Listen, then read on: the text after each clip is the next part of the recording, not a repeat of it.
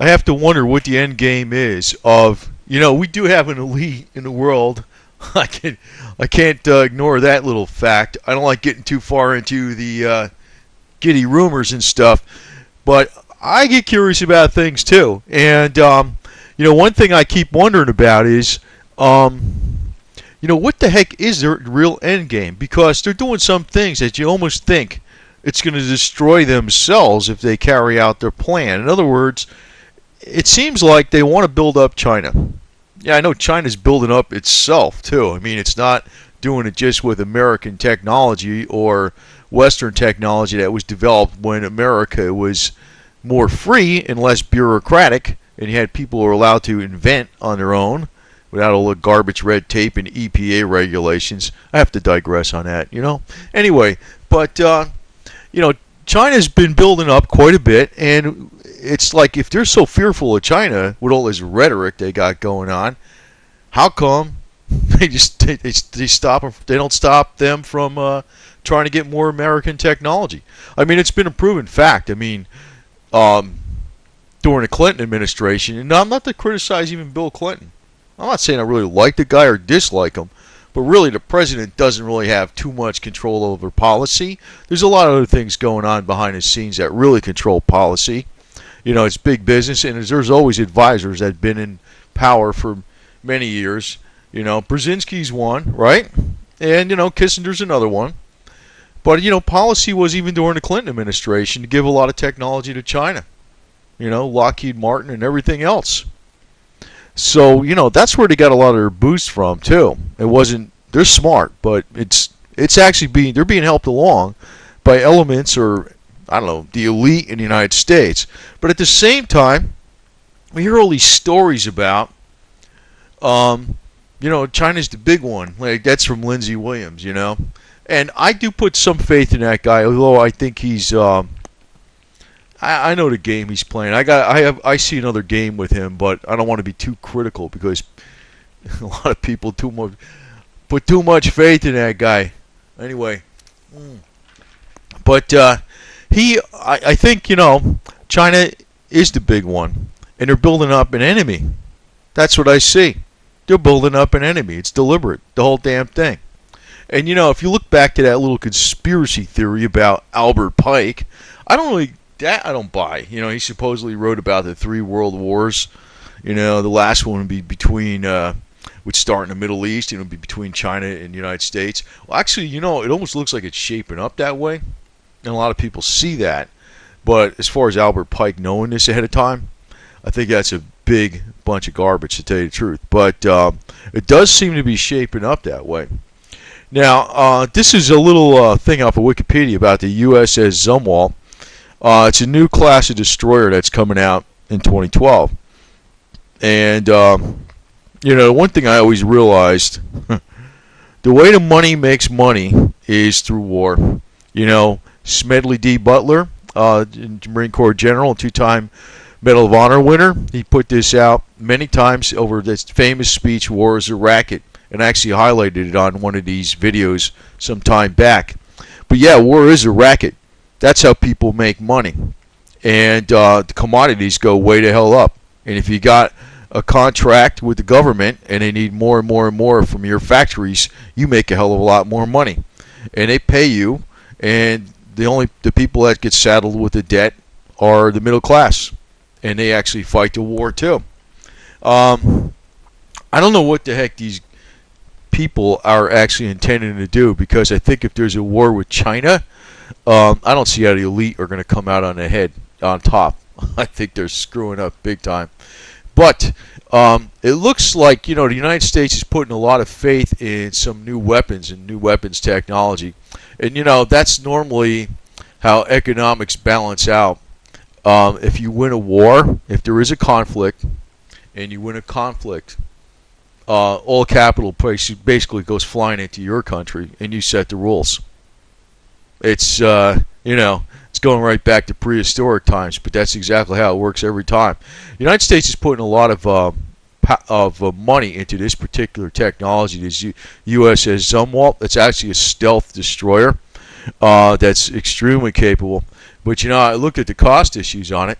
This is off of Wikipedia. As of January 26, 2009, memo from John Young, the Defense Department's top acquisition official, stated that per ship price for Zumwalt destroyers had reached almost $6 billion. Actually, it's higher now. 81% over the Navy's original estimate used in proposing that they used to propose for the program. So it's almost double already. And I kind of like factor this in with some other things. What's going to happen when I think the defense budget, and that is not 90%, but that's the majority of our budget, the defense budget. What's going to happen when that breaks the budget? The United States is going to get downgraded. I don't want to be doom and gloom because I think there's a plan going on here. There really is kind of I don't want to use the word conspiracy, but there's some kind of shrewd games going on. And it's like top people in the United States are quite well aware of what's going on with China and a threat and everything like that. And they actually want it as a threat. So, I always look at this as like bad news, the old depopulation game. So, anyway, this was a $7 billion warship. See, now, Wikipedia referred to it as $6 billion, but it's actually closer to 8, actually, even past the $7 billion. This is off of SamuelObor.com's blog on here. I think he had a pretty good article about this ship. But it goes to show you, like, where they're putting their eggs in the basket, and that basically it's in the military.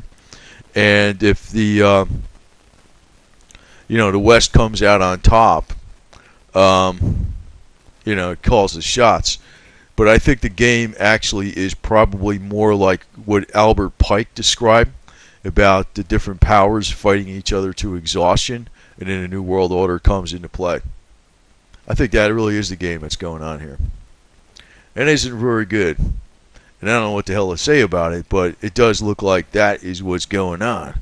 But this guy talks a little bit about this ship, and I think it's pretty important because, naval supremacy has a lot to do with, who wins a war too, because you can't get into areas with supplies and troops without having power to sea. You're not doing that by air only. That's impossible. It has to be, you have to have control of the seas.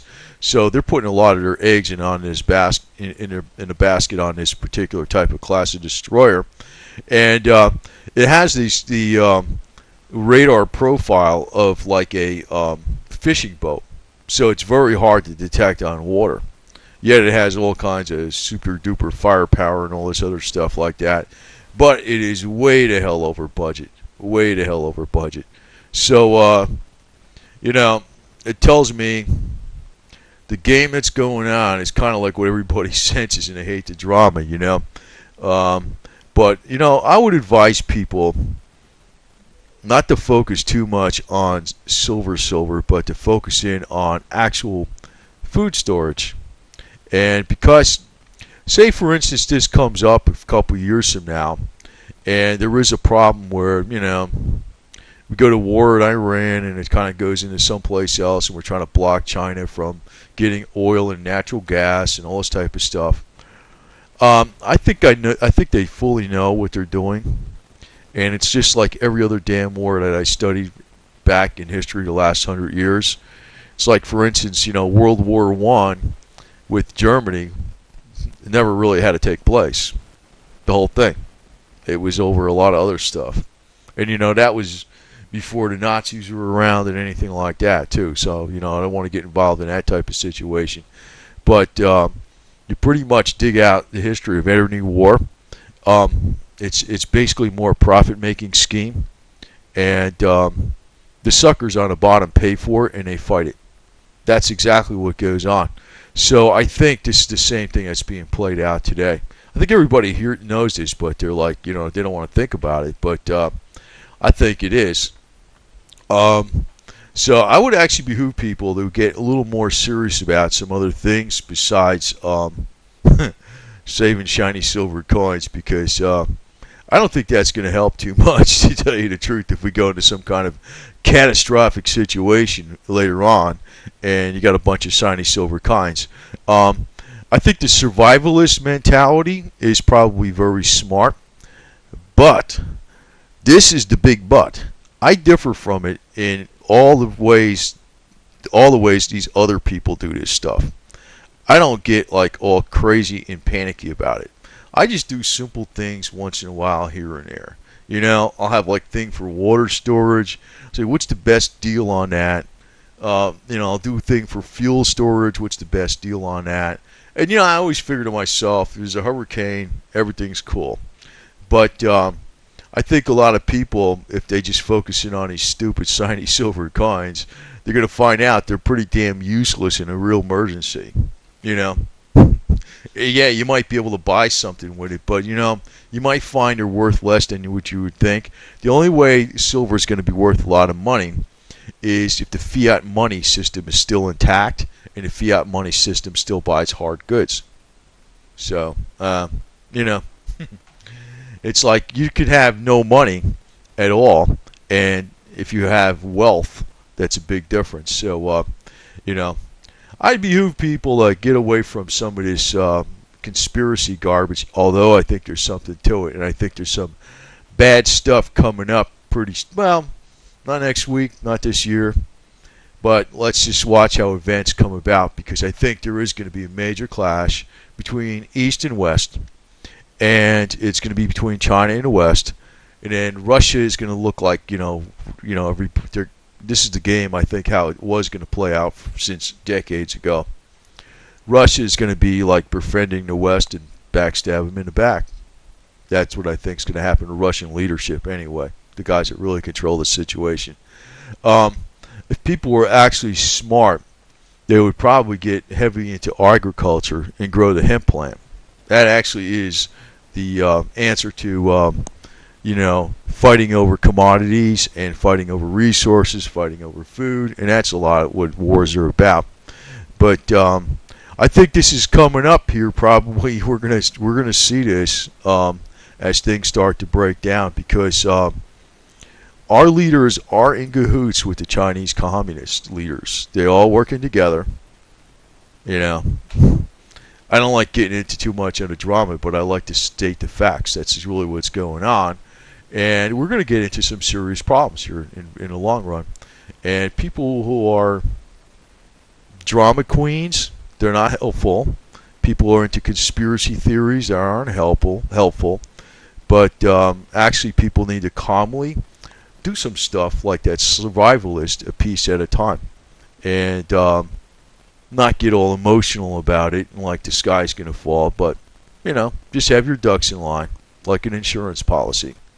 Because this may come about, as bad as it sounds, but it's always good to be prepared. So, just want to put that out there as a little twist on something, because I've been reading too many various things, how over the years, how China has been built up for so many years, and all the different, it doesn't matter what administration it was. China's been getting technology from the United States and from big business, and in violation of all these things that are supposed to be, they weren't supposed to go out to China, missile technology and all this type of stuff. It's been going on for years and years and years and years. And what's going to bring it to a head is an actual Western financial collapse. And I don't think it's going to collapse, but I mean, as far as they're going to have to go to QE in a big way. There's going to be banking problems. In other words, something worse than the 2008 crisis. And from there, we're going to start seeing more and more tensions with China. So I behoove people to get smart, probably get more into agriculture, things like that, something constructive that actually produces something that you can actually eat. And, get away from some of the conspiracy theories, but actually calmly just prepare. And don't panic, because people want to know all the freaking secrets, but it isn't really that secret, and people need to take some steps calmly, piece at a time, to prepare for, I think, what's probably coming down.